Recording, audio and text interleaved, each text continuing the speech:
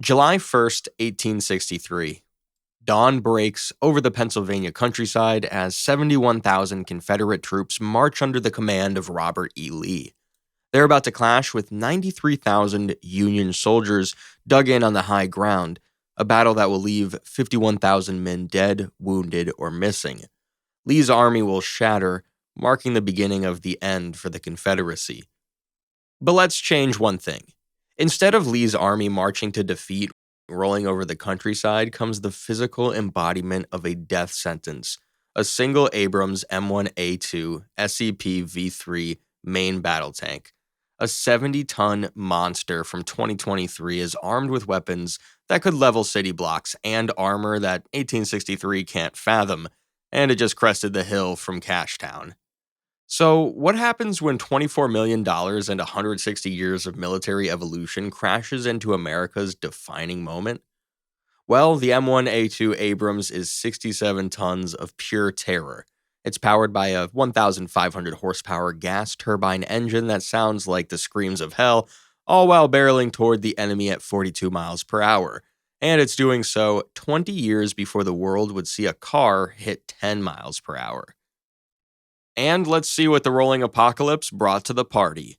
One 120mm smoothbore cannon that can fire up to 40 democracy-delivering shells, twice as powerful as anything that existed in Lincoln's time, plus two 7.62mm machine guns that unload 950 rounds per minute, and a 50 cal Browning that can deliver 10 backstage passes to meet God every second.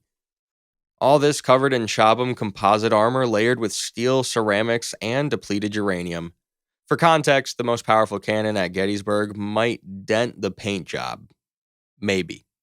And if this wasn't enough, it's got thermal imaging that can spot heat signatures through smoke, laser rangefinders, and a ballistic computer that makes sure your bullets and someone else's skull can finally reunite. Essentially, this thing isn't supposed to be in 1863. Foolishly standing their ground, General George Meade and his Army of the Potomac is 93,700 strong. These are veteran troops who've survived Bull Run, Antietam, and Fredericksburg, battle-hardened soldiers who know how to fight. They're armed with 58 caliber rifle muskets that can kill a man at 800 yards and have 372 pieces of artillery. Everything from nimble 3-inch rifled guns to massive 12-pounder Napoleons that can blow apart cavalry charges. The Union artillery crews are some of the best in the world. They've perfected the art of 19th century warfare, but here's the problem. These weapons were designed to fight other humans, not war machines. At 7:30 a.m., Union cavalry under General John Buford spots movement on the Chambersburg Pike. They're expecting Confederate skirmishers, but are met with a metal behemoth with anger issues barreling towards them. Remember, these are men who've never seen something this big move this fast. The Abrams thermal sights immediately picks up heat signatures, and the 120mm gun swivels toward the 1st Union battery positioned on Hare's Ridge. The high explosive round hits a 3-inch ordnance rifle dead center. The cannon, its crew, and most of their ammunition explode in a fireball that can be seen from Gettysburg. The surviving gunners watch as their comrades vanish in the blink of an eye. Buford's cavalry opens fire with their Spencer repeating carbines. Bullets ping off the Abrams hull and attack the gunners inside, might confuse for the sound of raindrops. The tank's 50 caliber machine gun responds, a weapon that fires rounds designed to stop aircraft, not horsemen. At 1,800 meters, it starts picking off cavalry officers. The sound of the Abrams turbine engine terrifies every animal in the area, including the horses that have never heard anything louder than cannon fire. Cavalry units break without orders, bolting in the opposite direction. By 10:30 a.m., when Union General John Reynolds arrives with the Iron Brigade, Buford's line has collapsed. The tank has punched through in under 3 hours, a delay that historically lasted all morning. Reynolds deploys his 10,000 infantry along Seminary Ridge, and the Iron Brigade, made up of farm boys famous for their fancy black hats from battle lines near McPherson's Ridge. They've never run from a fight. Today might be different.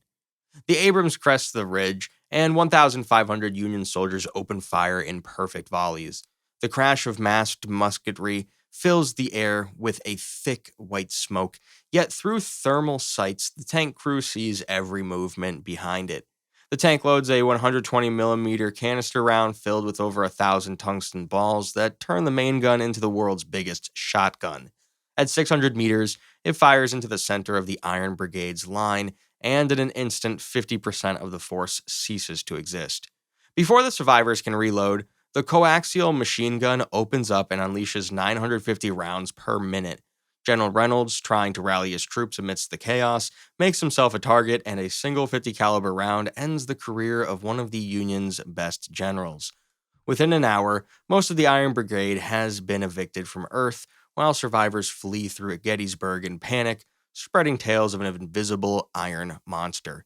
By afternoon, what remains of the two Union corps huddle on Cemetery Hill and Culp's Hill, the high ground advantage that historically decided the battle. But high ground means nothing when the enemy is immune to your firepower and can climb a 45-degree slope. As evening approaches, the tank begins its assault on Cemetery Hill. Union artillery opens up with everything they have. Dozens of cannons fire in coordinated salvos. The thunder is deafening, and again, smoke blankets the battlefield.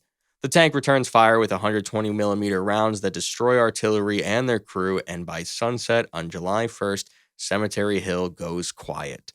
July 2nd dawns, and instead of 93,000 Union troops, maybe 30,000 survivors hide in scattered positions. The rest are dead, wounded, or have abandoned their units in terror. The Union leadership faces an impossible decision.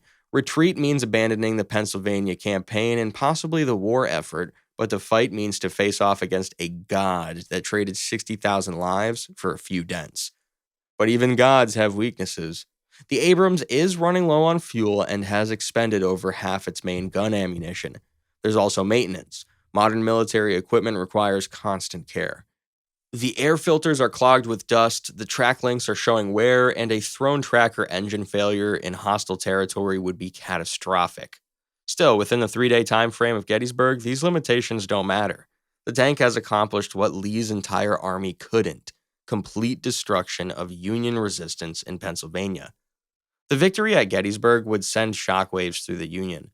With the Army of the Potomac destroyed, nothing stands between the Confederate forces and Washington, D.C. The war that historically turned at Gettysburg could end with Confederate victory instead. A single M1A2 Abrams at Gettysburg would single-handedly alter the course of history. The careful tactics, brave charges, and artillery duels that defined Civil War combat become irrelevant the moment it rolled onto the field. The tank would be remembered as the Iron Devil of Gettysburg, and 5 words would echo through all of history. Subscribe to 2 Brain Cells. If you want to see what happens when a modern destroyer faces off against the Japanese Navy at Midway, check out the video on your screen. And if you're curious about what would happen if a modern submarine fought the Spanish Armada, subscribe and hit the bell so you don't miss it next week. Thanks for watching.